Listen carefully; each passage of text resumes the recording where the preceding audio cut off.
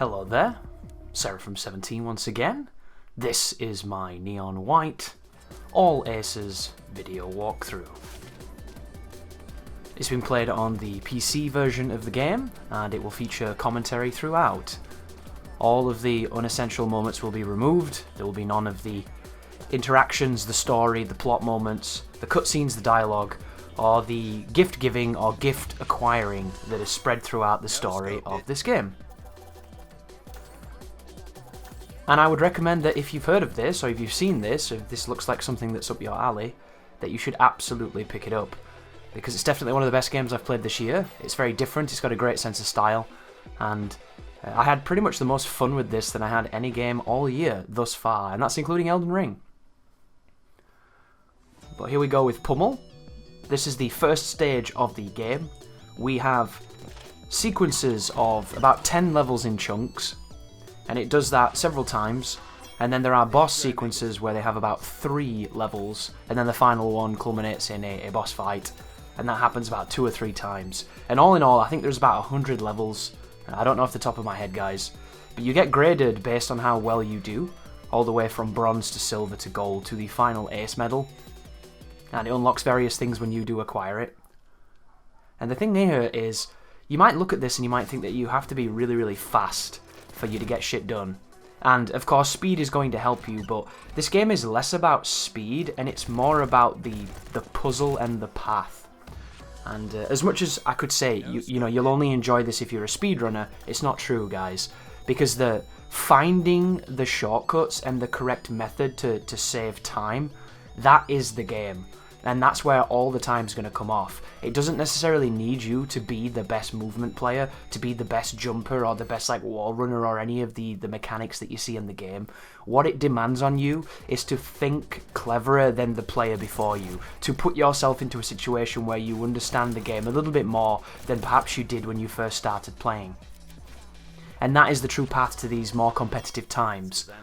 I also want to add that there is indeed a red ace medal, which is times even stricter than the ace times, and I didn't know about these at the time, or I would have probably gone for them in the guide. That being said, I have checked some of the times for them, and they do look pretty tight. It would have been considerably more difficult to do that, but you've got to look at it from the perspective of replay value. This game offers, you know, concisely what it is, which is this chunk of all kinds of really creative ideas coalescing into this wonderful, fast and frenetic gameplay-focused adventure. And once you've played it, what else are you going to do? Find the gifts, see the secret ending, go back and get some scores? Well, then you can go back and get even better scores, which are even more demanding. And as far as difficulty goes here, guys, when you're looking at this, getting the ace times is something that might take you a couple of attempts. Of course, there's a lot of subjective aspects of what you might struggle with, and that right there, did you see that gold hand?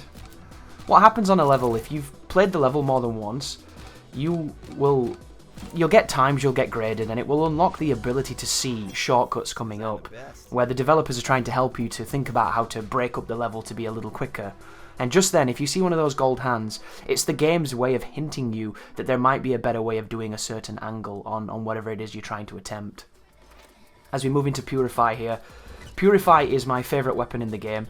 It is a light machine gun that enables you to shoot several times, and then you can use its special function, which discards it, where you put a grenade down which explodes, and you can also use it to rocket jump. It allows for lots of shooting, creative movement, and just an all-round great card, which I absolutely adore.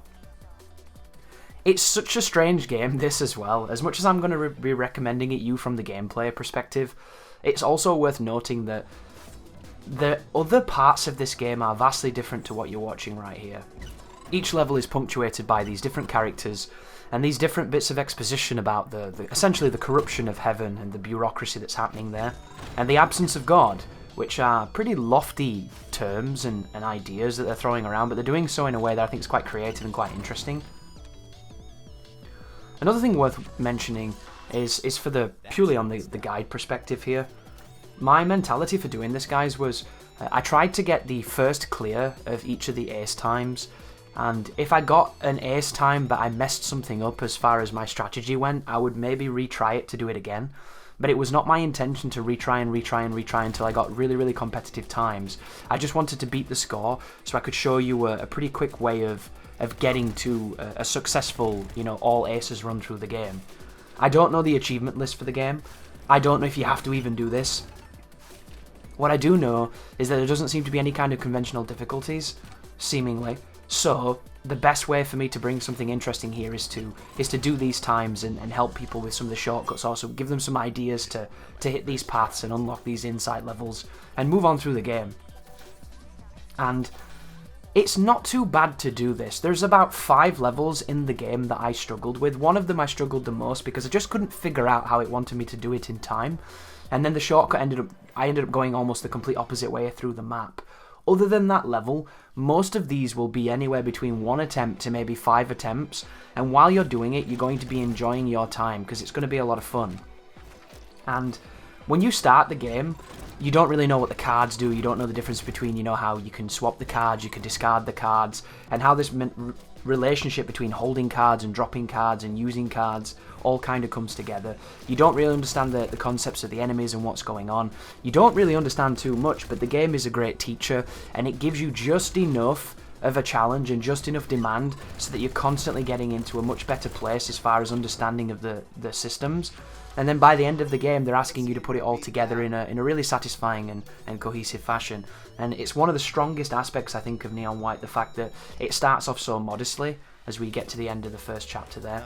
And then it moves into so many strange places, because every single chapter introduces a new gimmick. And usually when you talk about gimmicks in video games, they're generally a bad thing. They're generally something to be avoided or something that's kind of awkward that never comes back, and you wonder why it was there to begin with, right? Whereas in this game, every time a new mechanic turns up, all the way up till the end of the game, it's always something that kind of makes you go, ooh, interesting. I wonder how they're going to use that. I wonder how they're going to incorporate that with all the other things that we've learned. And as far as the gracefulness goes and the pacing of it, I think it's really, really strong.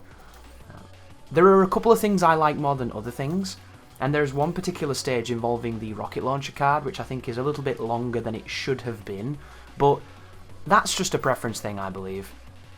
Because I think where Neon White is at its strongest is in about 30-second chunks. I would say 20-second chunks personally, because they're my favourite. Levels that last about 20 seconds are usually going to have the kind of pacing, the kind of freneticism that I'm looking for. This idea of it's really quick, it's really just violent and nuts, and boom, you get to the end.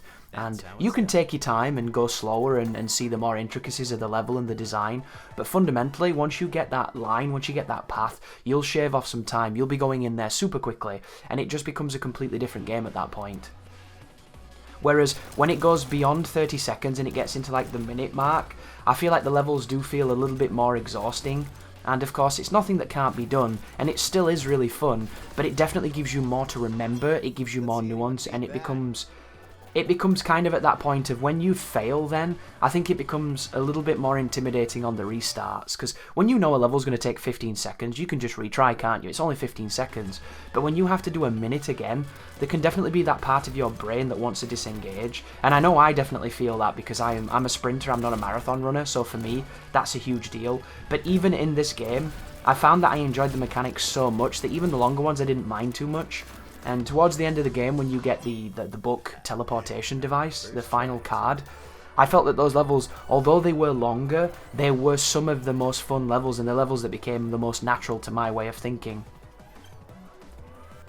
But I've left a lot of the ranking stuff in here, guys, so I can see you going down through the Neon ranks. I've also put the transition in here to give me an opportunity to talk about a few things to make the video a little bit longer, because this is going to go by fast and you might not really be able to tell what is going on at all times, and because my commentaries, I do try to be as, you know, on the mark as I can and give you information and try and help and try and elucidate some concepts, I'm going to forget. I'm going to start tangents and then stop them and then jump around a little bit, because it's just the nature of talking to yourself in a format like this without a script. But to give you a base understanding, if you're watching this and you're just kind of confused, there are a couple of things to think about. The first one is that you can only hold 3 of any given card, right? 3 of the same card is as many as you can hold. So you can't be running around with 7 light machine guns, it's just not going to work. And when you use the secondary function of a card, it discards it, so then you lose it, right? And then it resets it and flips your cards back to the other card you're holding. There are a couple of situations in the game where you don't want to use the same order of cards as they are given, and you want to swap them. And that's something that you can do. You can change your cards by pressing a button, and you will rotate to one of the other cards you're using. And there's about 2 or 3 levels where they'll want you to do this, but if you want to get even better at the game, it's a good idea to think about this and implement it as you can. The next thing you need to bear in mind is, outside of certain levels that explicitly tell you, you have to kill all the enemies on the way to the exit, or the exit doesn't open. So right now, I have to slay 11 demons, and demons can come in all forms and faces, so this is a demon right here. And later on, there are even tripwires that count as demons, so you need to be very cognizant of that number, and if you could just get to the exit without killing anything, some of the paths and some of the shortcuts would be insane. But they want you to engage with the systems because that's the game. And then once again, later on, they give you the opportunity where you don't have to kill everything, and then you can get a little bit more creative. But what it's going to do, it's going to demand on you the ability to look at what your tools are, look at your toolkit, and then use it in a streamlined manner that makes the most sense when it comes to getting to the exit as quickly and as swiftly as possible. And you might be watching this and you might be thinking, I don't really like being timed. They're my least favourite missions when I play video games. You know, I'm not much of a speedrunner, I'm not much of somebody that likes the pressure of that. It kind of gives me anxiety and things. And I would definitely say still give the game a shot. I am not the biggest fan of being timed. I'm not the biggest fan of having to fight against the clock. I'm not a time trial guy. It's not really what I do or what I find passion in. But the mechanics in this game feel so good and it runs so well and it is just such a joy to play that I think that will supersede all the preconceived notions you have against being timed. And just then, guys, you saw something kind of interesting. So a really cool feature of this game is if you do the ace time on your first attempt, the main character will actually say something unique. He will say a quote that tells you that you did it your first attempt, and it's a nice little Easter egg, I suppose, to tell you that you're a baller. And when you don't do it, you get a different quote. And there's a handful of different quotes that tell you how well you did. And when you retry at that point, if you'd retried the first time, you'll bring a timer up on the screen to see how well you're doing. That's the end of chapter 2 right there. And then if you retry a few times, you'll even be able to run against your own ghost. So a piece of, for the eagle-eyed viewers, if you see me running against my own ghost, guys, you know that I struggled with that level more than some of the other ones because I had to run it a few times. And one of the really demoralizing aspects of trying to go for these ranks, especially when you're having a tough time with a difficult level, is when you're running against your own ghost and your own ghost is ahead of you. It's that really frustrating moment of, I got the grade on this one, I didn't get the grade on the other one, yet my ghost was doing so well for most of it. I wish I could have optimized the path and got everything to be faster than the ghost.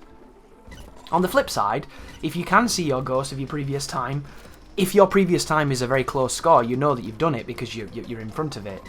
But I would be lying if I didn't say that there were moments where I wish I could turn the ghost off because it was really pissing me off seeing the ghost have such a good start when I was doing intrinsically the same thing and not having the same start as him, even though it was me on a previous attempt that wasn't that great. And I don't know if there's an option to do that, so something to bear in mind there. But that was Guardian. We got the time. Swiftly moving on to the next one. This is the third of about 10, is it 12 chapters? I think it is 12 Days of Judgment. And this one is introducing us to the Stomp. So the Stomp card is an Uzi that enables you to fast fall and dive bomb. When you land, you will kill all demons around you. So this is a really, really interesting card. And it's one of my favourites too, because whenever you see this, it means that verticality is going to be introduced in the level, and you're going to have to use this to get down really quickly. And I really wish you could fast fall without this card, but it didn't do the attack. But there's no way in Neon White it seems to land quicker. And there's all kinds of movement tech you can probably find if you look online. I didn't look any of it up because I wanted to discover it myself, but a few things I did notice, guys, that might give you a bit of a hand. At the start, when you're loading in, you can jump at the beginning, and when you jump, you will go further forward than you will if you just start to sprint, and sometimes the difference between a couple of seconds, if you need to get that time and you're struggling, could be just jumping right at the beginning of the match. As soon as you load in, you jump forward and then you start running. Additionally, like the water, in this game, when you touch water, it speeds you up. It seems really counterintuitive, but it turns into something really cool. If you ever see a waterway or any kind of pathway with flowing water on it, you always want to hit it. And you want to hit it for the full duration, because as you're on it, you are being accelerated. And if you can incorporate water into your movement, you can get a serious advantage. And I was experimenting with jumping and like slide jumping and see if you could gain momentum. And I couldn't really tell if jumping was any faster. It didn't feel like it was. But it's one of those things to think about.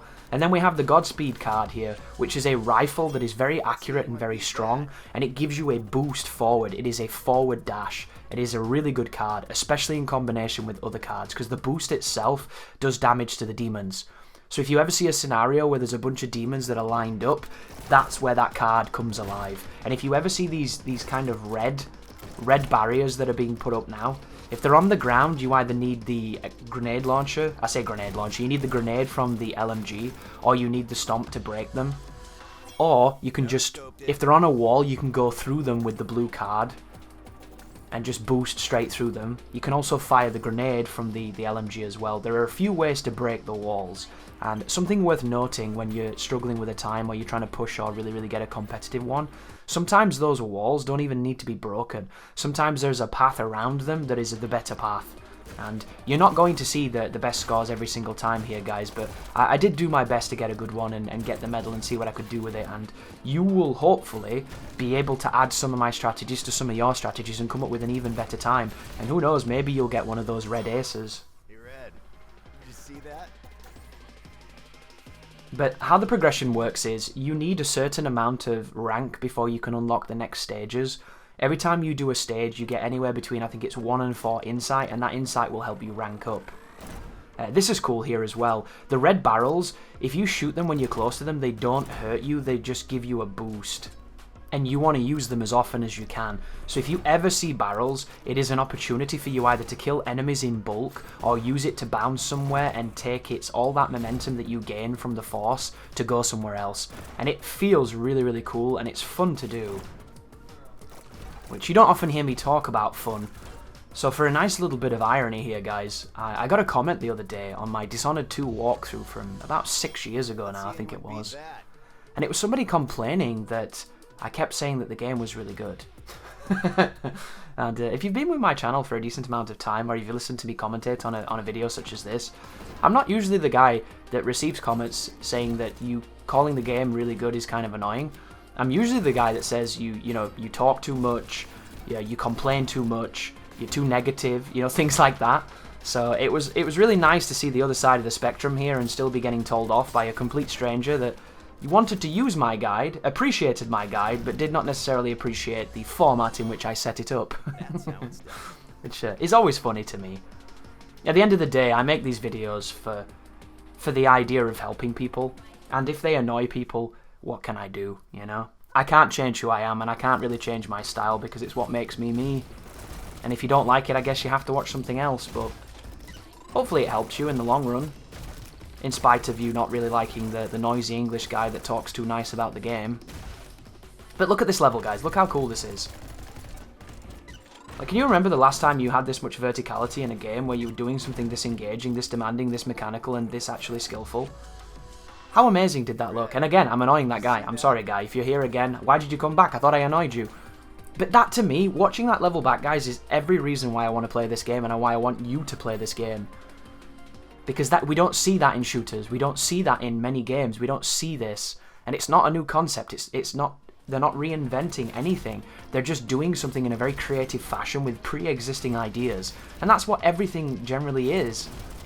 And if you come from time trial running in something like Mirror's Edge, if you're a fan of Titanfall 2's movement, if you've played, Sunset Overdrive or something and you really like the movement in those games, I think you're going to have a great time with this because it's got enough movement for the people that like chops, and it's got enough puzzles for the people that like problem solving, and it's got enough of the entire combination of all these factors for it to just be a super satisfying and fun experience.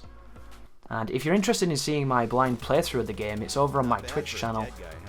I had the full series turned into VODs, and I watched all the story. We really got into what was going on with the dialogue, and we played the levels, and you can see me struggling and not knowing what I'm doing, and kind of just being really surprised, constantly surprised by a game willing to mix itself up and always do so in such a creative fashion.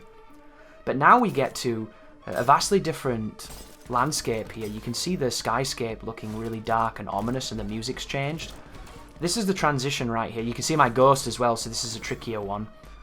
But we're coming here to take on our first boss encounter against the neon green. And I think there's 2 traversal levels here, and then there is the boss fight. And the boss fight is my favourite level in the game. I think it's got the perfect pacing, I think it's got a really, really good idea of both platforming, demand on the player, and then of course shooting the boss. And one of the things you notice a lot in first-person shooters is that their boss fights are usually very hit and miss. It's quite difficult to name a first-person shooter that has bosses that you like, because it feels like they haven't evolved in a very long time and they're still doing the tried and tested, shoot it a lot until it dies, or do 3 things in sequence until Bowser gets flung off the top of the palace and you save the princess, right? So we haven't really taken boss fights in first-person shooters to the degree that I would like them to be taken to. However, this game is definitely making strides in the fact that it's a gimmick fight, it's a puzzle boss, as the mighty DSP would say, but it's a puzzle that is engaging and suits the gameplay. But that level's quite difficult there, because it seems like you have to play it really honest. There might be a shortcut I wasn't using. I should probably talk about that, but we'll talk about it after we take on the boss here, because this level is really cool. So, here is Neon Green, and the idea is he's going to run away from us and we're going to shoot his crystals.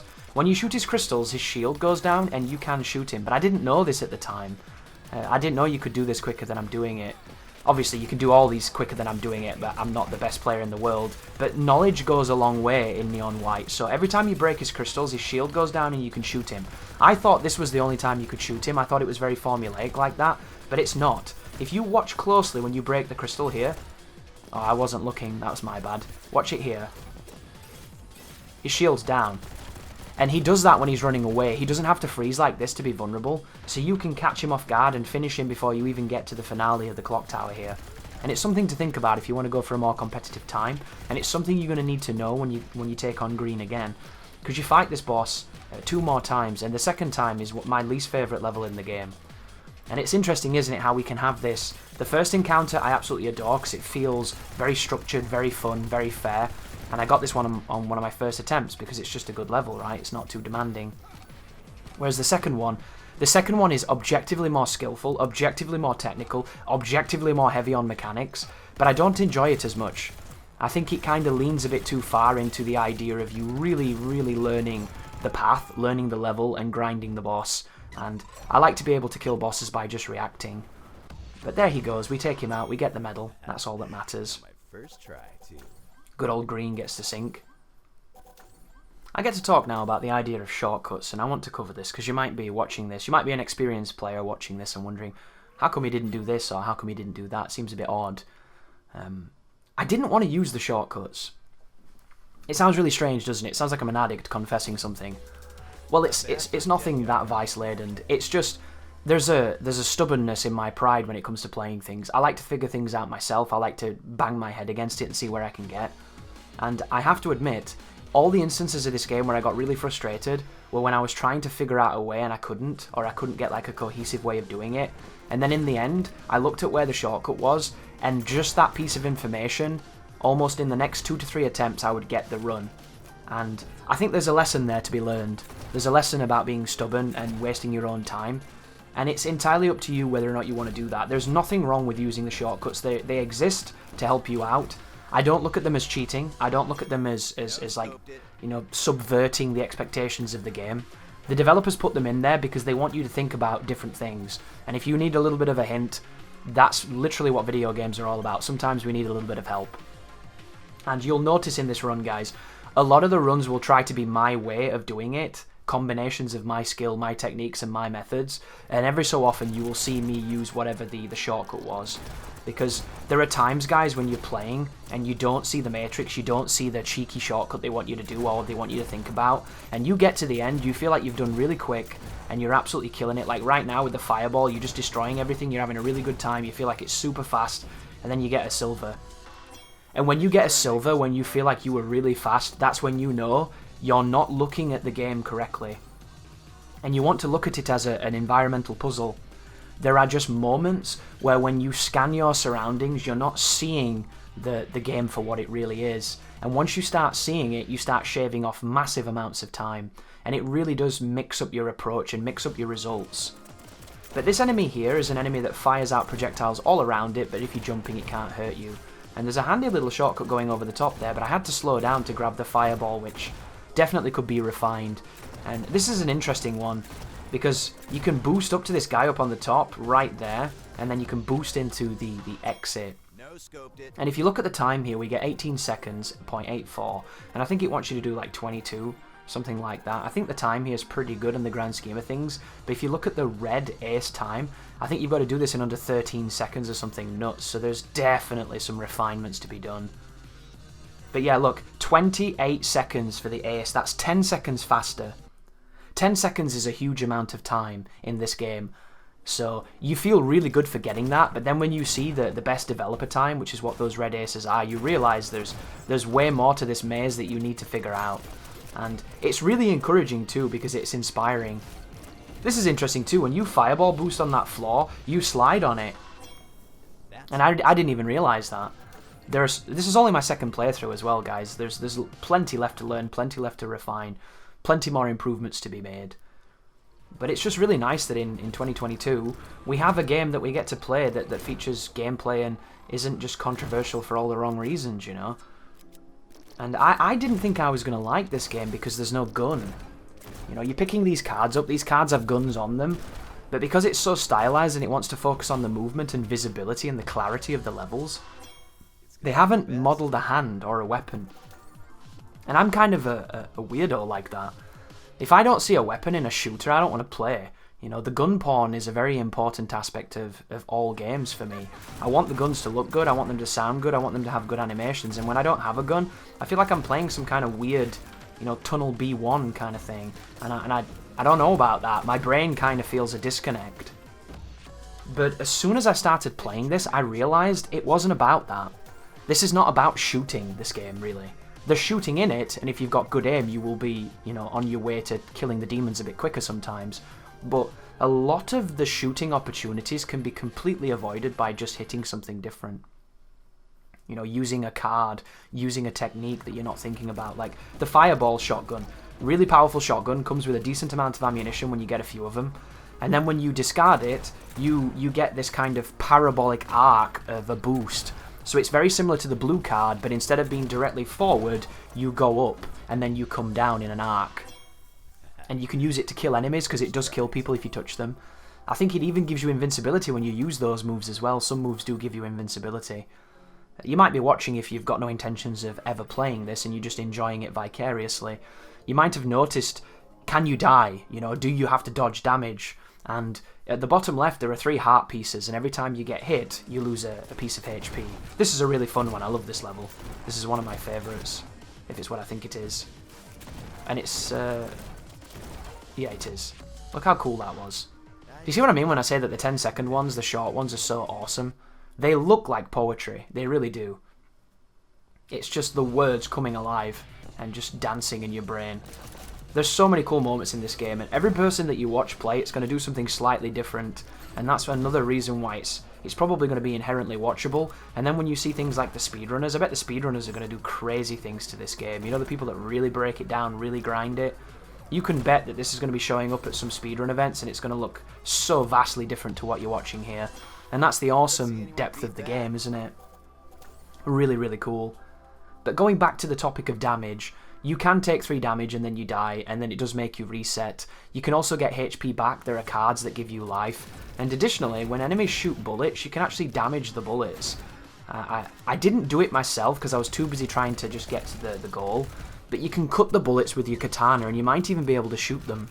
So if you want that extra level of swag and you want to look like you're really on the ball, you can shoot some of the bullets and have a good time with it. This is a really cool one. This is very complicated, and learning where to go here takes a while. But once you have an understanding of what they want, it looks really cool. I love it when you're free falling like that. It'd be cool if you could hold the trigger and gather even more acceleration or something. But there's the time. And the soundtrack on this game, you're getting little snippets of it here and there. It is a fantastic soundtrack. It's not the kind of music that I would usually listen to, but that's the joy of music, isn't it? Every so often you get something that just really resonates, and I think the music on this game fits it perfectly. I think the aesthetic fits it perfectly, the gameplay fits it perfectly. I think almost everything except for some of the relationship management stuff. That's the only thing that seems to jar in my mind. Everything else, super cohesive when it comes to design. And now we move into the hanging garden area, and this is the first time we get to see some footage of the traps that count as demons. So you'll notice right now there are 39 demons, and it's these little tripwires, these little crazy, I don't even know what you would call them. They're like mouse hunt kind of, Home Alone, Macaulay Culkin, you ain't getting here near Christmas, goddamn you, setups of all kinds of just nefarious wizardry. That's a cool one as well. No scoped it. And the idea of this is when you shoot them, the laser beam disconnects, and if it does so, it can kill things. If it's aimed at an enemy, when you kill the generation tool, it will take out the monster that it is pointing at. Same with doors, same with chains of these. And there are a couple of unique levels coming up where they're going to use this mechanic quite a lot. So, remember how I said earlier that there are gimmicks on each level? Each series of level introduces a new gimmick and they kind of put them all together. Well, this is the hanging garden gimmick. It is the idea of the tripwires. And as you can see, the timer's on the screen, so I didn't do this one in one attempt. This one took me some time. It's 'cause I'm the best. And it's a tricky one, that one, but it's a short one too, so it's a pleasure to replay. And as long as you don't have to do a 2-minute run like you do at the end of Marathon, and I love Marathon as a level, but it's frustrating when it goes wrong and you feel like it's not your fault. But here we go again. Another thing to watch out for. Did you notice how when I shot one of those tripwires, it took out the boards that I was going to use as a platform? You need to be aware of this because these are traps, and by their very nature there are moments where you can take damage because you shoot a trap at the wrong time. You're also going to come up against some chests later on that are trap chests, so when you shoot them, they release projectiles and they hurt a lot. And one of the ways you get around that is by jumping or by shooting it in an area where it can't hit you. And you don't want to confuse the trap chests for the barrels because it's a vastly different result when you shoot them. But swiftly moving on, we get to see the next level, which is called KILLSWITCH. And again, we're going to be using more of the tripwires here. The GODSPEED will go through the sequences of this. This is a really fun level, this one. And one of the things worth saying, guys, there is a vending machine in this game that lets you buy more cards. There's almost no reason to ever use this. If you're trying to find the gifts and you're trying to, look for Easter eggs and stuff, and you're high flying and going places you're not meant to be, you'll definitely be able to purchase them then and have some success and do some cool things. But fundamentally, the game will give you the resources you need to get to the goal. You never have to stop and do any kind of shopping. It just does not work that way. If you're running out of cards and having to use your sword like I did just then, you're not doing it right. Of course, as I say that, there are exceptions. There are a couple of levels where they give you the katana and you're going to be using it to hit some barrels to bounce around. And in those moments, of course, you're not doing anything wrong. But fundamentally, if you're running out of cards, you might be using them in the wrong sequence, in the wrong order, or they're a wrong function. Sometimes you want to use the primary function instead of discarding it, and vice versa. And sometimes you might not be picking up the card that you need to extend your ability to continue through the stage.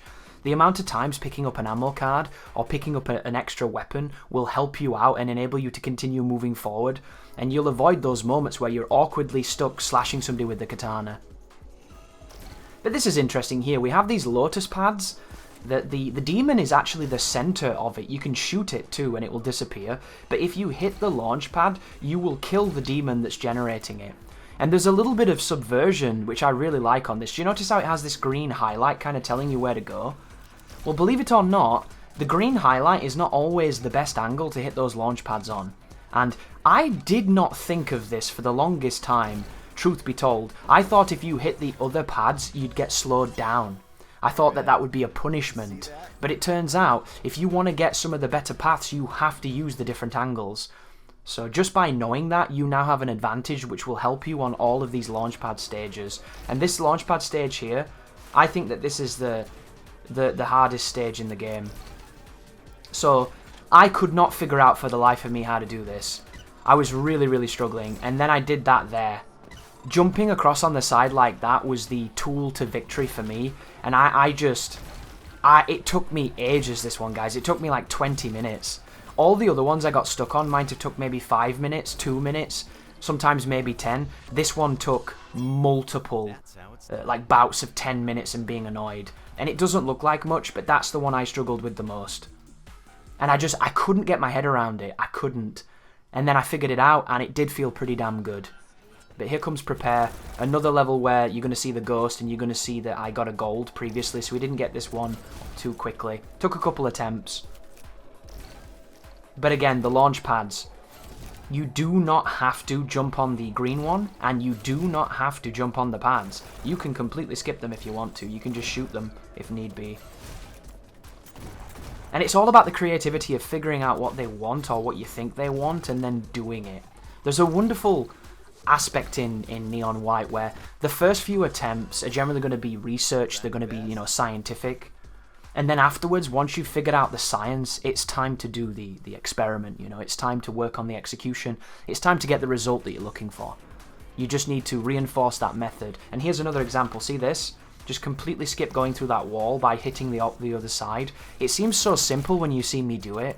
You might have been doing it the whole time, you might have really cottoned onto it very quickly, but I didn't, you know? And sometimes my brain's kind of like that. I get an idea and I kind of focus on it sometimes, and it can be very difficult to go against the grain of the idea until I've tested it to the point where I'm concerned that it's not a good idea. And that was one of those moments of like, how come I can't do this? I'm really fast, I'm doing it right, but for some reason I'm way off. And I'm way off because I was doing it wrong. And the shortcut there would have really helped, but I didn't actually see it. It's really funny. I was in existential crisis on that level for, as I mentioned, a decent chunk of time. And then I saw the lily pad pointing off to the side and realised there was no enemies but that one, if you could grenade it. So when I grenaded it and I hit that launch pad, as I was doing it in the attempt you watched, that's when I saw the shortcut, and that's when I realised I was in the right direction. And I got it that same attempt. If I'd have seen that shortcut earlier, I might have done that in 5 minutes, but it definitely kept me there for a while. The two levels that took me the most were that one and the second boss fight against Green. And the second boss fight just... it's really easy to die when you try to get too aggressive, and I was being way too aggressive. But this is tricky too, this one. This is a really cool sequence where you set off these tripwires that are going to all lead to the end. And if you set them off too quickly, the path that leads to the exit doesn't exist. But if you set them off too slowly, you have to wait for the exit to turn up. And there's a few ways you can do that, but that's the one I ended up stumbling upon when I was trying to do it. That one is a really interesting way of thinking too. It makes you think about time as well as space, which might sound like a strange thing to say, but it's true. You know, this idea of, I get that I have to hit this, but when I hit this dictates where I need to be.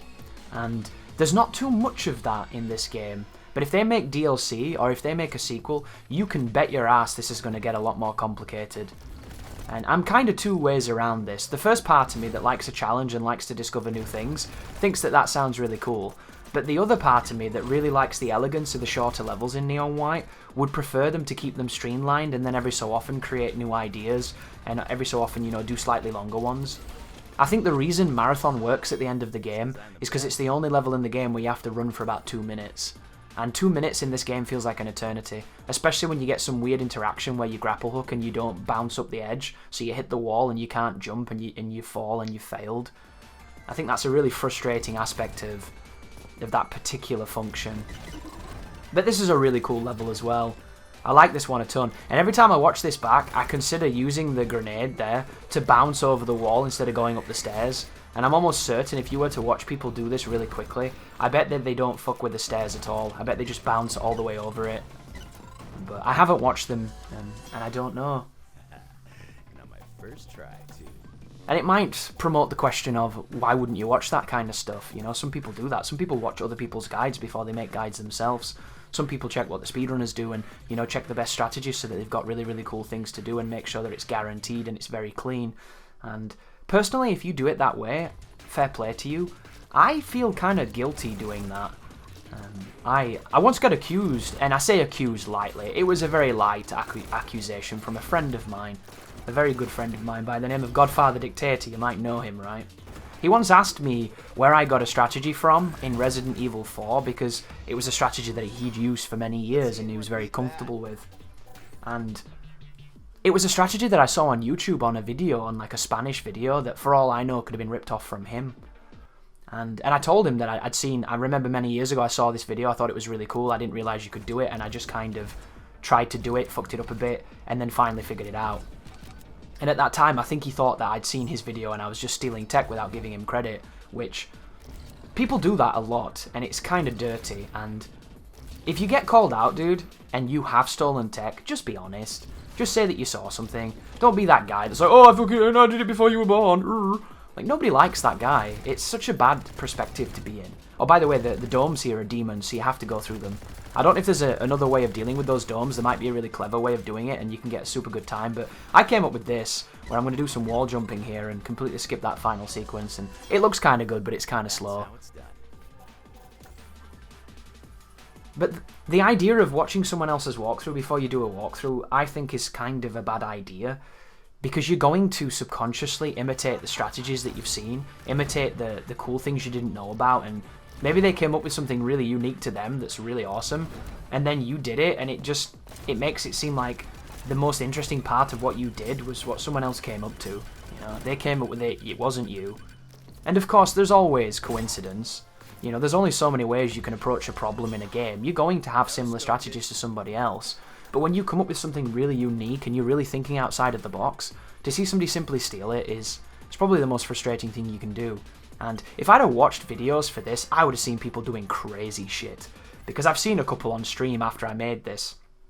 And what the people are doing is so clever and so just precise and well thought out.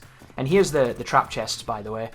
This is a chest that when you shoot it, it will kill you. But it will also kill the enemies around it. And you want to use that to your advantage, as we just did then. I love that level. So short, so streamlined, so sleek. Beautiful design. I haven't talked about the aesthetic either. The aesthetic in this game, I absolutely adore. I love the use of scan lines, the vertical scan lines. I really like just the hood, the detailing. I like how the levels looked. When I first saw the levels, I kind of got this feeling that they were a little basic on the lines of, you know, lacking detail. They looked like player-created levels. There was this whole... There's kind of a Spartan minimalism going on. And when I first saw it, I just thought maybe they did it so that they didn't have to worry about the frame rate. Maybe they did it because it was easier to make. But then you realise when you come to the game, there is a very, very noticeable style in all the stages. They all have a very comparable theme, and they all adhere to it. And it's got these hanging waterways, it's got these platforms in the sky, it's got these very similar structures, and this geometric theme going on. And I think it super works. And I don't even see it anymore, I've kind of got into it so much. But at first I was looking at it and thinking it looked a bit bland. But it really doesn't. There's a lot of, you know, angelic motifs, there's a lot of celestial motifs going on. We've got halos, we've got all kinds of interesting shapes. We've got some nice colour schemes as it kind of gradually changes from how it starts to the mid-tier to kind of the purple hues of the glass city areas and whatnot. And you realise it all comes together as something that people have really thought about. There is one thing I would critique, and you might be able to see it if you've got sharper eyes. When I play on my BenQ monitor has got all these effects on it so that it maximizes visual fidelity. It's got DIAC technology to get rid of blurring, it's got high hertz, everything about it is designed, you know, for big dick CSGO ultra frame rate, right? However, it does make certain games look, shall we say, a little bit more ugly than they should look, because it intentionally counteracts darkness and HDR tones so that you always have good visibility. It is a monitor designed to be competitive, not designed to watch movies on, right? So when I watch this game back on the gameplay, I can really see the scan lines, the greenness of the scan lines, and it looks super aggressive. It almost looks a bit too much, and I kind of feel that the aesthetic is a bit too stark and a bit too on the nose. But then when I put it on my other monitor, a monitor that is much more designed for visuals and graphics and actually making the picture look nice and the blacks look deep and good, when I pop it on there, the colour balance is way better. The colour grading is immaculate. It looks like a subtle undertone and a hint. It doesn't look as ridiculous. So it's one of those things where it's very easy to just say, I don't like it, it looks too strong, it's way overdone, it's too heavy-handed. But in reality, it might be the setup that you have that's making it look like that, because it certainly was for me. And I didn't notice when I was playing because I was too busy in the moment, I was too busy trying to be the best, you know, be the Steve Blum I've always dreamed I could be. But watching it back, I thought maybe there was something wrong with my recording. because it looked very noticeable. I ended up going on YouTube to check other people's recordings to make sure it wasn't just me, and lo and behold, the effect has always been there, I just didn't see it. You can see it right now on this screen, vertical scan lines in the background in like an overlay, like a screening effect. It's on every single screen of the game. It's even on this one. But once again, depending on your setup depends on whether or not that'll be an issue. It's like chromatic aberration, isn't it? Some people really hate chromatic aberration, some don't. But here we go, guys, Dominion. This is, I think it was called Benediction just then, wasn't it? I think that this is the most demanding, most difficult part of the game. When you get to the level with the purple sky, when you come to the land of the violet, this is where you know shit gets real. Because you're going to be doing a lot of rocket jumping, there's going to be a lot of completely skipping levels and doing different things. Because just then, that shortcut is insane. I was not doing the level like that, guys. I was doing it super fast, I was being really efficient, and then before I knew, I was getting silvers. And when you get a silver on a level, you know you're doing it wrong. There has to be a shortcut, there has to be something that you're not doing correctly. And this stage is the mother of you're not doing it correctly, you're not thinking of it the correct way.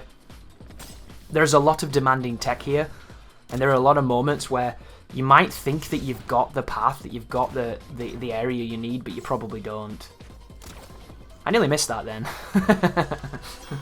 But look at that, how cool is that? This is the area of the game where creativity is at its highest. Because some of the stuff you can do with the rocket launchers just bouncing up the walls is really sick. And if you can get super good at the rocket jumping, which I'm not very good at it, this right here, my ghost absolutely shaming me on the start of this run is enough to make me want to turn the game off. My ghost, look at my ghost. My ghost is like 5 seconds ahead of me there, he's absolutely smashing it.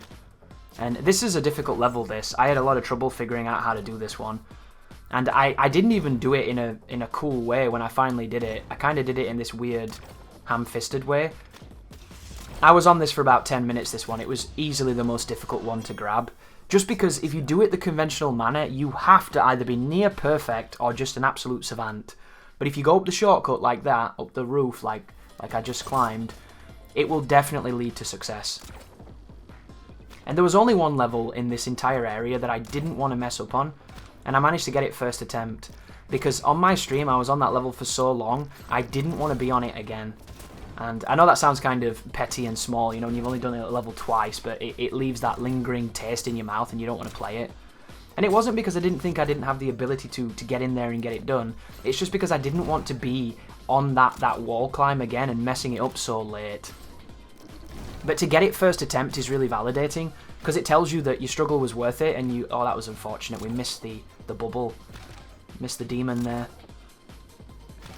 Additionally here, guys, when you're waiting for it to lock on, you can mash the button and then get the lock on as soon as possible, but be careful doing it, because if there's anything else you can lock onto in the vicinity, you'll accidentally grapple to the wrong thing. And there's a couple of levels where choosing your grapple is the difference between winning and losing, it seems, or at least getting a really competitive score. Because there were a couple of just a handful of moments where I feel like I could have had a better path, just by virtue of hooking to different things. So this one was tricky too. This one took me a while. I really like this level, but I felt like there were times when I didn't think I was going that fast and I was going really fast, and there were times when I felt like I was going super fast and I was apparently going really slow. And there's always a weird disconnect when you feel like the run is really good and then you get to the end and the run's really bad. But that shortcut right there is probably the thing you're not doing, because it's the thing I wasn't doing, and it's the reason why you can get the victory here. And it's a really cool level, that. It comes together really, really cool. 36 seconds is on the long side, but that one doesn't feel too long. I think the reason that these levels are this lengthy is because you spend a lot of time grappling, and when you're grappling you can't do anything. So you're just kind of waiting for the grapple to end, and because you're waiting for the grapple to end, you don't feel like you're executing very much. So it kind of feels like a break to think about what your next plan is, what your next path is. And I really wonder what they're going to do with this game, because I hope it gets well received. I see that it has mostly positive responses.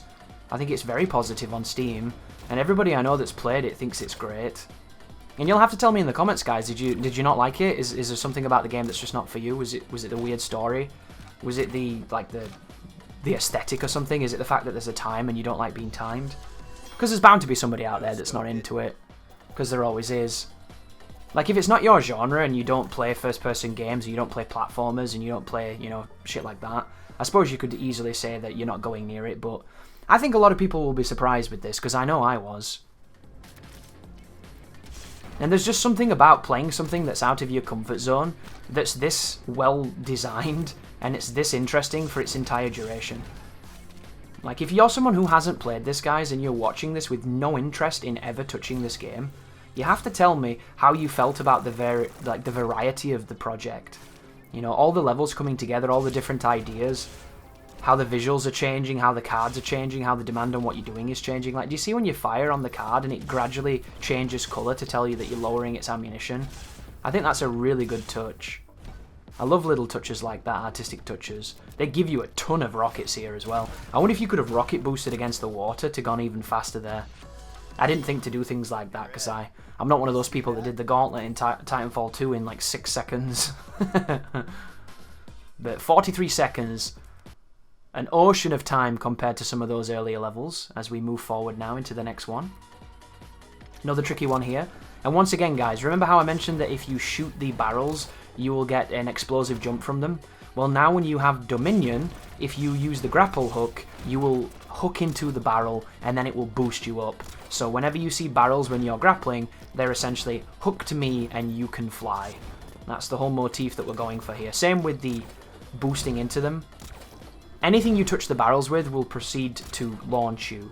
And this is the main mechanic here that's going to get you through this level. And I almost messed it up right here, but luckily I've got enough to rocket jump if I need it. And I managed to recover. And I kind of like attempts like this in the walkthrough because it makes it look like I'm making it up as I go along, because I bloody am. And also, it's not as clean as some of the other runs.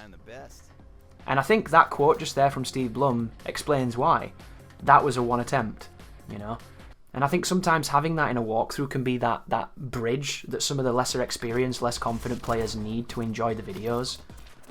When I started on YouTube, I wanted to have the best gameplay. I wanted to have, you know, the kind of gameplay that you'd watch and you'd kind of go, oh my god, that's ridiculous.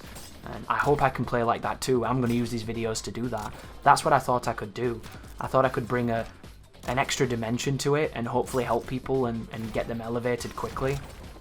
But then I realized over the years that when you have gameplay that's really clean, and when you edit the walkthroughs and you make sure that there's no mistakes in them, so everything that's happening in that walkthrough looks like it's been completely designed and ran on a track and done by, you know, some kind of tool-assisted robot, people see that and get demotivated.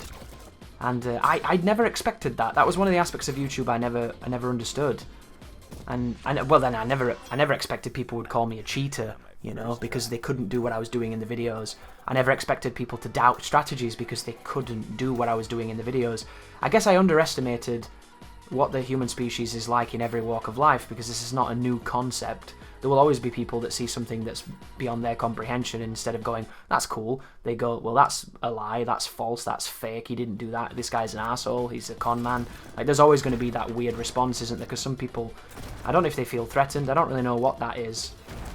And if you find yourself with that mentality, guys, it's a really good idea to try to break it. And one of the cool things about, you know, growing up and maturing and getting a little more wisdom is that you tend to... This is the level, by the way, I didn't want to repeat. I'm really glad I got this in one attempt, because if I'd not, I was going to be mad. But you tend to look back on some of the things you've done, some of the decisions you've made, and some of the choices that you've enacted. You look back with new eyes and you kind of go, why did I do that? Why was I like that? Why did I make that so important in that moment? Why did I focus on that when I could have been focusing on so many other things? And the joy of retrospect like that is that it is a great teacher if you're willing to listen to it, and if you're willing to accept that it exists. Some people don't, you know. I remember a mother came into my primary school once, very long time ago, and she had 2 sons and they were both cunts. I bumped into both of them a handful of times. One of them kind of looked up to me because he was younger, the other one was slightly older, but they were kind of always in trouble, always doing their own thing, always fighting, always kind of, you know, kids. But the kind of kid that, you know, they're going to grow up and unless they do something about it, it's probably going to end down a bad path. And she used to come into school when they were in trouble, and she was so delusional. Like, unbelievably delusional. You know when you're like 8 and you can tell a mum's delusional? That's not a good place to be, is it? She was a poster child for delusion. Because she would, before she'd even heard what anybody had to say, she would profess her children's innocence and say that they were good boys and they never did anything bad. It was like DSP. Like, this woman was the prototype for DSP before they made it even more insufferable and added all the begging. Because she couldn't understand or even comprehend a world where her children could do something wrong. And I could understand if her children were fucking, I don't know, those kids from the Village of the Damned that didn't do anything wrong, right? Or you end up falling off a rooftop and getting hit by... Look at this, by the way. This should give you hope that if I can make a mistake like that and still get the good time, then so can you. But, like, kids do silly things. Kids have got bad judgment, you know? Kids haven't learned a lot.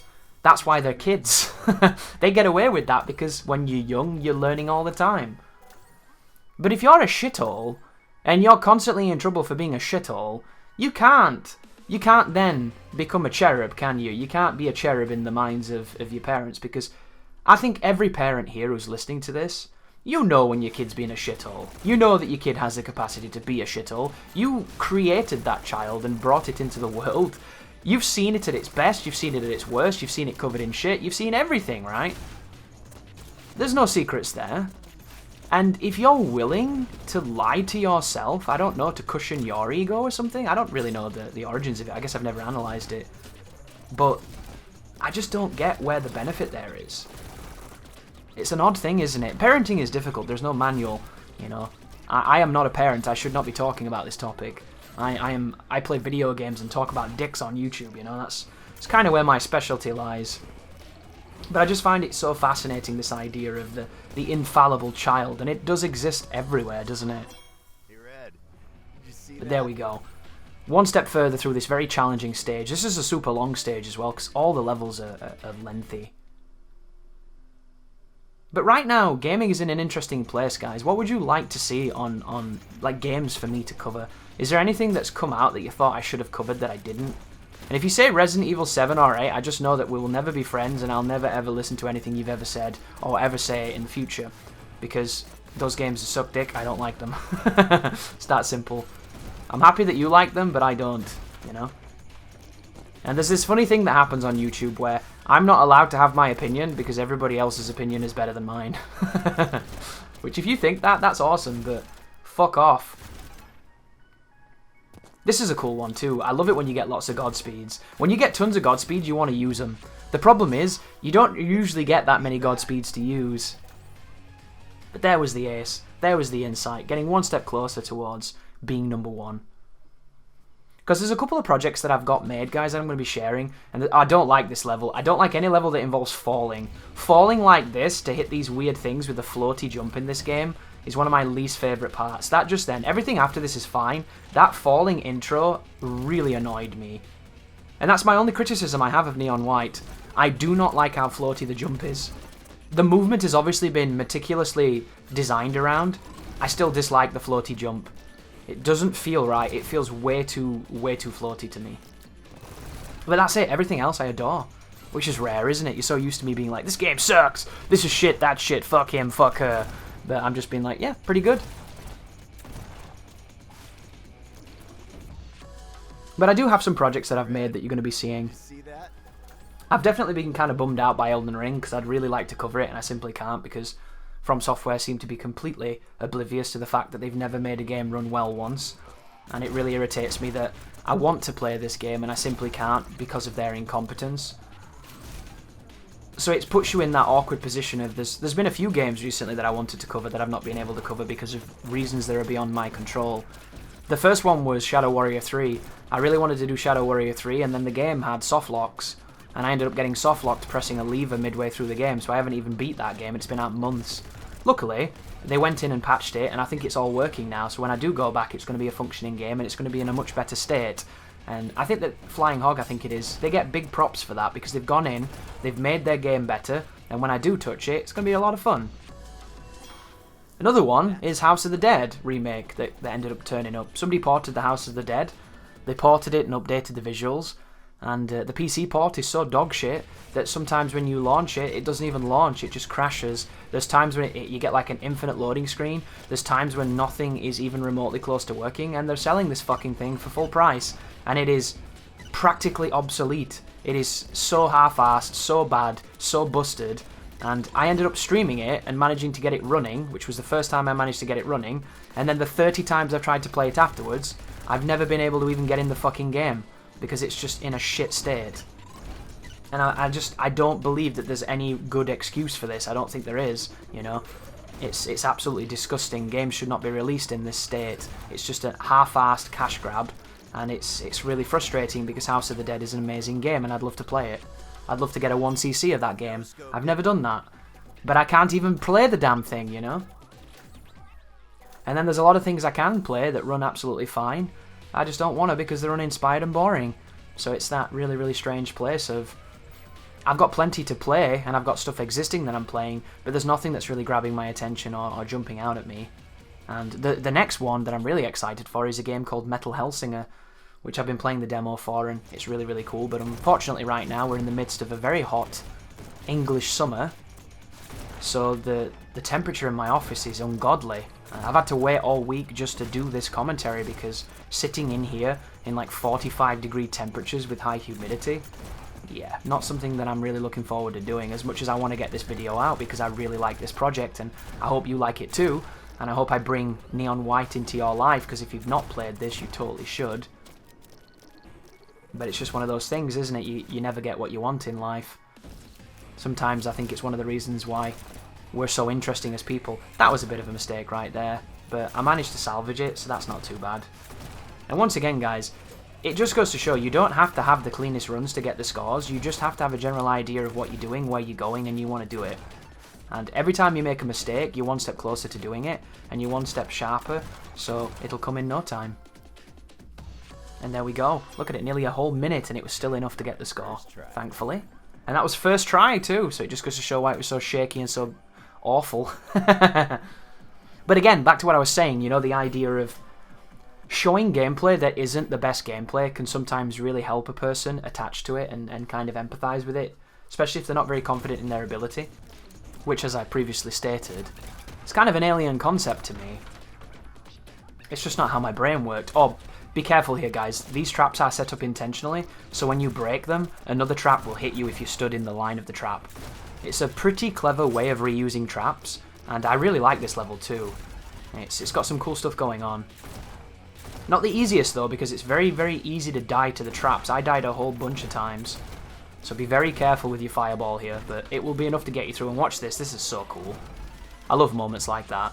Do you know how I said that this game is more puzzle than speed? That's a great example. You might get there with a weapon and start shooting things and panicking, and then you'll die, because those lasers, what you've not seen, guys, because this is, of course, the completed runs, when those lasers are on you for a certain amount of time, they shoot. And when they shoot, they kill you. It's really, really, really damaging. So as soon as those lasers are on you, it puts this impetus for you to move and to kill them. Either put something in the way or take them out, right? But if you can't do that, bad things happen, of course. However, in a lot of circumstances, there are some pretty clever ways to completely circumvent it. And just then, going all the way up to them and hitting that barrel is a beautiful moment because it gets rid of all of them. And it's one of those, if you don't see it for what it is, you might not think to do that, and you might really struggle there. But the moment you realise what they want you to do, it feels like a renaissance moment. There's a wonderful epiphany feeling of, oh, I see, that's cool. And I feel like that is the thing that you can put on the box for Neon White. That moment of realisation and understanding is what makes this game so fun.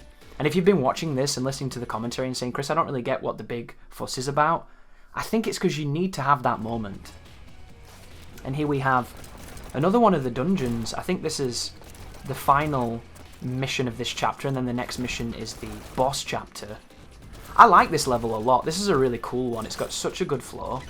One of the areas of this game that I've not gushed about as much as I'd like to is the fact that I think the level design here is a lot cleverer than you might realise at first. Because when I was first playing it, I kind of thought it was just, you know, basic shapes, minimalism, this and that. This cards is kind of gimmicky, there's some harsh colours here, it's kind of got some style and some swag, but the more you play this, the more you look at things, and the more you start coming up with creative ways to approach the problems in it, you start to really get an understanding of just how cleverly put together all these pieces are. And one of the things in video games that I think is very difficult is this idea of having a diverse cast of components and then wielding them in a manner where they complement each other but they don't either overstay their welcome or appear in too much frequency for you to start to either be frustrated by them or feel the imbalance of their presence. And this is something that all games struggle with. This is the finesse of true design. This is what everybody's trying to aspire to. And I do think, considering how many tools this game has, how many cards there are, how many instances they could have used these gimmicks in tandem with other gimmicks, they could have gone way crazier here, giving you levels where you have to use every card in all kinds of crazy concoctions. But the fact that they held it off and they didn't do that, I think that shows a grace and a restraint that tells you that whatever they do next is going to be equally as elegant, if not more so. Because I think one of the most difficult things to learn when it comes to any kind of design is the idea of less is more, negative space. You know, it's like the vocalist that wants to be a singer and wants to write music, and he sings over the whole song. There's no gaps, there's no room to breathe, there's no pace, there's no story there. It's just sing, sing, sing, sing, sing, fill every space, right? None of the other instruments get to lead. None of the other instruments get their moment to shine. None of it gets to have this wonderful contrast between the voice and the times when the voice isn't present. And it's one of those kind of innocent ignorances, isn't it, where if you don't realise that some of your favourite songs don't have singing for the entire duration, you might not notice that the way that they've laid out those vocals is paced so immaculately to complement the rhythms and the beats and the theme of the song that you're not seeing it for what it is, because you just think, he's just singing. That's all you do. You just sing over all the sound, right? So when you see that, it becomes really jarring and really painful. You're like, oh my gosh, why won't this guy stop singing? There's no rhyme or reason to this. He's just filling every space. Why is he singing over the solos? What is happening? This is a strange world. And it's the same with art, isn't it? When art has no negative space, when it's all too much, it becomes its own thing. And there might be people that really like that, and you might like the kind of clashing ideal of that because a lot of art breaks a lot of rules. But a lot of the time, think about negative space in art with blacks and whites. When you have black and white, and you're so used to lines with white in the middle, when you have the contrast of that, it's so shocking, it stands out. It can be great to use for like villains, for different themes and whatnot. And it is so much more striking than just black, white, black, white, black, white. And it's the same with game design. The fact that they didn't go completely nuts when they could have, that to me is true mastery of the form. And it's not complete mastery, of course. It's not to the point of sheer perfection where it can't be improved upon. But it's at that point where you've really done everything right, and what you do next is going to be so exciting. And this is the hardest level in the game for me. It's not the level I was on the longest, but it's the level that I don't enjoy. And it's frustrating too, because I really like the boss fights against Neon Green, but this one here, it really overstays its welcome if you're not very good. So do you notice how just then when I broke his shield, I could shoot him with a shotgun, and then he comes over here and he makes the crystals and you can shoot him again? When I first did this boss, I thought the only times you could hurt him were when you broke all the crystals and he went down like he did in the previous boss fight, but this boss fight's different, it's more technical. So if you watch now, after this crystal breaks, there's an opportunity to shoot him there, and you can do a lot of good damage. The way to beat Green the quickest is to always capitalise on these windows, but he moves really quickly. And I watched a speedrunner do this in like a minute. They've probably got it down to even half of that at that point. And he was so good, guys, and he'd done this level so much that when he broke the shield, he knew exactly where to pre-fire rockets so that he would be moving into the rockets. And it was like watching a symphony. It was so beautiful. And when I was doing this, this was the only level where I was kind of in that mode of, I really don't want to do this. There's something about this level, there's like a mental block in my brain where I just really don't enjoy it. And I can't honestly tell you why. It's just, it's lengthy, you're chasing him the whole time, it feels like you don't have any opportunities to hurt him, and then you get to the end where you can hurt him, and then you're too slow to get a good rank. So it's like a bunch of personality bias going on here, because it's like a 4-minute level. But again, if you're good, guys, if you're really good at Neon White and you put the time in and you figure it all out, you can do this guy in a minute, even less. I do not have the will to do that, and I do not foresee myself ever having that kind of brain to want to do that, but I'm glad that people do, you know? I'm glad that other people are doing that and getting stuck in. But this is the kind of level that, if I were to play this game casually in the future, if I didn't get a good score, I wouldn't repeat it, because I don't need this one. It's too long. It's It's way too long, in as much as the only reason it's long is because I'm not good. Which is an interesting feeling, isn't it, when it's your fault. But who knows, maybe there's some technology here that I wasn't aware of, some super sick strategies. That's going to be cool, figuring out all the really cool stuff that you don't know about. Can you imagine if this game has something like a distorted real impact where you can kill people really quickly if you do some kind of interesting manipulation? Again, the speedruns for this game are going to be fantastic to watch because they're going to be so slick. But keep on chasing him, keep on hitting him as much as you can. Try not to waste too much of your ammunition. I know that sounds kind of crazy, but what I mean by that is when you grapple, you discard the card, right? If you notice right now, I have 80 rockets. I have enough rockets to take down an entire army. However, if I discard the cards, it doesn't matter how many I have, they're all gone. And you need to bear that in mind. But when you have plenty of ammo, don't worry about spending it, but worry about discarding it. Because if you discard by accident, if you're so used to doing it, it might lead to bad things. But kill his gyroscope of crystals, and then chase him down for the final clock face of gyroscopic doom, which is this weird Kingdom Hearts level we've got going right now. And I really like these moments. I think these moments are great. You know, if you didn't have to chase him the whole time, I don't think I'd dislike this level. Because I think there's a lot of skill in jumping around here and making sure you don't fall and shooting him at the same time while dodging projectiles and things. This, I think, is good. The chasing irritates me. And there's a question for you if you've got this far. How do you feel, guys, when it comes to having to chase a boss? There's something in having to chase something that runs away that will always be something I dislike. It doesn't matter if it's Sanctus in Devil May Cry 4, you know, it doesn't matter. When bosses run away, it picks a part of my brain specifically designed to be annoyed. And zoning is a legitimate strategy, it is diverse gameplay, but there's something about when a boss runs away, I just think it's a bitch boss and I don't want to fight it. It's the same with when bosses have ads. When bosses have lackeys, it's one of those things that just goes against all the design of bosses for me, and I really, really find it irritating. But here we go, guys. We are now in the most unique chapter of the game. This is the final sequence of levels, and we have access to the Book of Life. The Book of Life enables you to teleport between 2 points whenever your reticle goes red. And on these levels, you do not have to kill all the demons. This is the first section of the game where we can now completely sequence break and do crazy things. And if you're creative enough, you'll be able to do that. I'm not quite that creative, so I'm going to do pretty standard routes here, but I think that this is one of the easiest chapters in the game. It's kind of the victory lap, because this book is so strong. And it feels so sick. And a piece of advice here, guys, you can pre-click on the target before it's there, so that the frame that it arrives, you will warp to it. And that's one of the best ways to quickly move between these enemies. Just be careful though, if there's more than one enemy, you might warp to the wrong one and you might end up failing. But how cool did that look? These levels are some of the coolest looking game design I've seen in a long time. And the best part about it is they look complex, but they're not. This is some of the most simple stuff. All you're doing is pointing and clicking. You point, you click, that's it.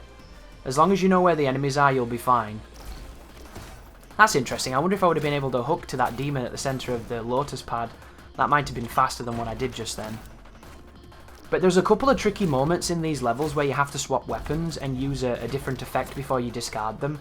Other than that, all of this is just super fun. Like, look how cool this is. And of course, be careful of the grappling. For some reason, every so often when you grapple a ledge, you'll hit the ledge and you'll just not go over it. You'll just come down and fall and lose. And I press jump all the time. You know, as soon as I'm about to hit the edge of that ledge and it lets me go, I try and jump and get up there and do things like that, but it doesn't seem to make a difference. Sometimes you make it, sometimes you don't. And here we go. This right here, I think, is a slightly trickier one. Oh, did you see the shortcut? I didn't use it, did I? It told me to go left then, but I didn't use it at all. But that's cool. It just goes to show that you can do these in any fashion and still be successful. And when you start getting some momentum on this final stage, you kick some serious ass. This is so fun to do. Especially when you come off that rocket launcher stage. Was it Dominion? That purple stage full of rocket launching is so long and so exhausting and so demanding that when you get to this feels just... It really is the reward. And we're getting one step closer now to the final rank and the end of the game. So here is Hike. Editing this walkthrough was kind of difficult. It was really funny too because I thought it was going to be super easy. But it turns out, because there's so many levels, you find yourself doing a lot of the same thing repeatedly, and the time adds up really quickly. I thought I was going to be able to edit this in about an hour. It took about 6 hours to edit. And you know the worst part? I missed some of the restarts, so during this commentary I've edited about 7 times again. And it's interesting because you can restart in this game really quickly. I do have a critique of the restart though. I wish it restarted you instead of taking you to the page that then restarts you. But that's just me. But because the restart is so fast, it's hard to spot on a timeline. You can restart in like half a second. And it happens so quickly, and if you're in that mood where you've been trying to do a level for a while and you're mashing restart and you continue straight away, it can be really hard to tell that you did it.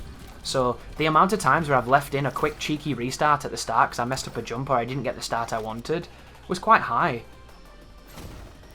And I hate that when I make a walkthrough and I finish the editing phase and I come to do the commentary and I've made mistakes. It's one of those things where you're like, what was I doing? Was I not paying attention? And it does happen, but that's one of the reasons why I really like post-commentary, because I can catch it in the commentary. And the worst one is when I don't catch it in the commentary, so it means not only did I miss it in the edit, but I missed it when I was staring at it, and there's no excuse for that. I wish there was, but there really isn't, you know. And you could say, oh, you were in your own head, you were too busy talking, your mind was wandering, and that totally happens, but nah, you see that shit, you've got to stop that stuff. That's the whole point of this craft, you know. The finesse, making sure that it's correct. That's the stuff you don't generally see as well. This is Marathon, isn't it? This is the big one. Oh, no, this is not Marathon. Marathon's coming up. This is interesting, this, because there's an opportunity to grapple on somebody I didn't grapple on, and I wonder if it was quicker. I like the use of the traps there. That's really clever. I was a bit slow on that one just then. That was better, though. That was a lot quicker. That's a cool level. We get the 4 insight, we move on. We unlock the leaderboards. And then we see what's coming up. So there's, what, 3 levels left and then the 2 boss levels. So yeah, this is an interesting one. This is quite a difficult level, this. You also lose your gun quite quickly. So you know previously when I said if you go back to the katana, you're doing something wrong. In this level, I think it's expected that you're going to have your katana for a lot of it. So don't feel too bad about that. I'm not trying to shame anybody into being a katana user because katanas are cool as hell. Even if this one's just a book that pretends to be a katana. But that was slow as well. I could have... This right here, did you see that? There was a black balloon at the top right, which I could have probably hooked to then, and skipped that entire chain. And this is an area where you've got to be careful using your card. You want to swap your card instead of using it, or you're going to waste it and not be able to go through that door. That's a really sneaky moment. There's another moment like that coming up on Marathon, where you have to swap 2 cards, or it doesn't work, so you have to shoot a trap, and if you use the double jump, you won't have a gun to shoot the trap. But we're coming up on the top 5 now. Almost at that number 1 place. And if you're wondering, guys, if you got to the end and you didn't get to number 1, it's because you didn't get the best scores. If you get the ace medal, it enables you to get all the insight, and when you get all the insight, you go to number 1. I beat the game. I did not get all the ace medals on my first playthrough, so I was like in the top 30, and I found it really confusing at first, and then it made sense afterwards. But that was the level there, guys. Did you notice when I swapped the pistol to shoot the chest, and then I continued? If you don't do that, you just die. So be very careful of getting kind of trapped on bad things. But that was sequence. All of these levels have got timestamps, guys. If you want to jump to a specific one, it'll be in the description. And then here we have Marathon. And for anybody that's curious about the tools that I use to record this, I was using a Logitech G Pro X Super Light, arguably my favorite mouse right now. And I was using the Artisan Hien. It is an extra large, soft, was my mousepad of choice.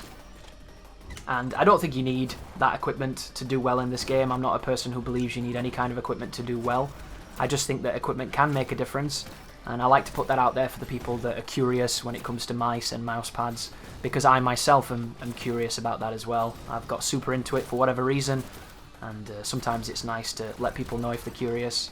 But this is the longest level in the game, this. And I love this level. This is one of my favourites. It's ironic because I don't like long levels in this game. I think the short levels are better.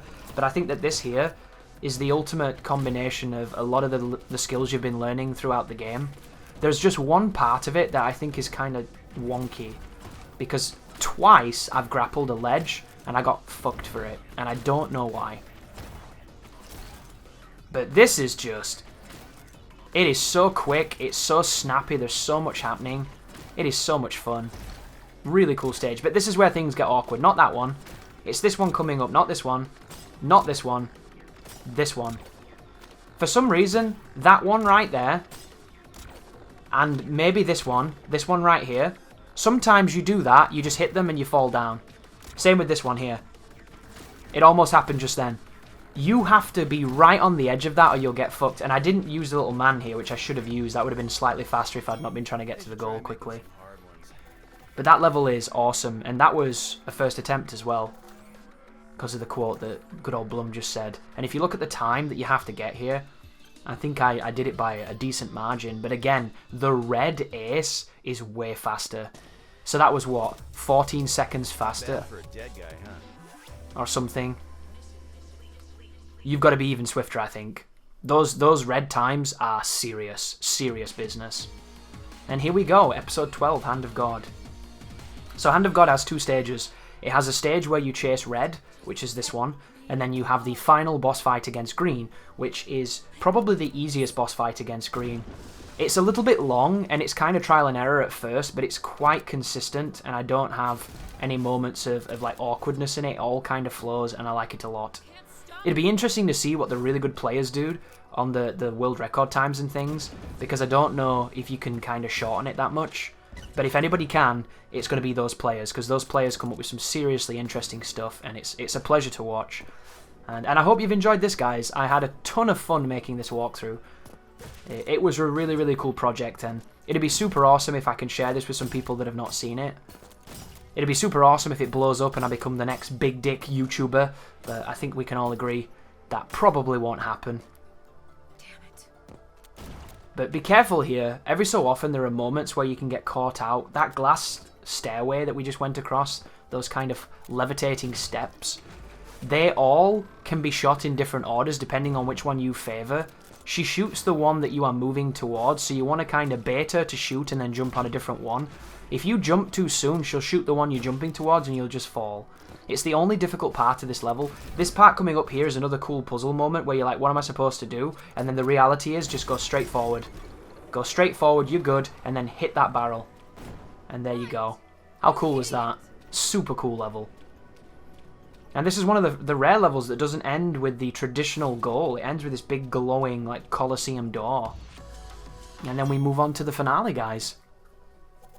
And then after that it's going to be the patron exit, which is for the people that support me and enable me to continue making these videos. Because the pay on YouTube is kind of dog shit, as you can imagine, unless you're PewDiePie, I guess. Which is ironic, considering he's the reason why the fucking pay went so bad. Cheers for that one, dog. Glad you're happy. But here we go. So, hook between the crystals. And then when all the crystals fall, hook to green. Once you do this, a hand is going to appear, and it's a teleportation device. So hook to the teleportation device, and it will take you into the next phase. Each area is its own phase, but they're all on the same checkpoint. So if you make a mistake, you will go back to the start. Luckily, it's a good opportunity to practice learning where all these positions are, and embodying this guy as best as possible. I don't know why I did that. That was kind of odd. I almost died for it too, but it's all good. And then this one can be tricky, because if you're not careful, you will get shot down in the sky by the enemies that are in the environment that you didn't kill previously. But just hit all the jewels that are trailing behind him, and then hit him, and then go down here. And then this is the one tricky part. You might not really understand what you're doing. I remember I struggled casually here, and it's just a case of kill the enemies, take your time a little bit, and be careful falling like I just did. You don't want to fall, obviously. And then once you've done that, you've pretty much done this level, because everything else is kind of simple. The only thing that might catch you out now is if you grapple towards green in the final phase and you touch his lasers, they kill you so quickly, you'll have to reset. And right there, I changed my weapon by accident, which was kind of annoying. But again, we repeat the flying around phase with the crystals, so chain against his entourage, and then hit him to finish him off. and then it's going to take us to the finale here. So this one, hit the Godspeed and boost directly into the teleporter, like that. And then this one, you're going to get the rocket, so boost off the barrel, and then boost again into the checkpoint. And then now you need to go all the way to the left here, kill the first crystal, and then from that we're going to get a treasure, which is a bit of HP if you need it. I wonder if there's a faster way of doing this phase, because this is the slowest phase in this whole section. Jumping between these areas and then smashing that. Maybe if you go for the Book of Life first, that's probably what you do, isn't it? Go for the Book of Life crystal, and then you can do it much quicker. That was something that I didn't even realise when I was doing this. And then this is the final sequence, and then he falls onto the hand and you want to boost into him and kill him. And that's it, guys. That is the end of Neon White, all Aces walkthrough. Thank you for watching. I hope you enjoyed the video. Thank you for the support, and you take care now.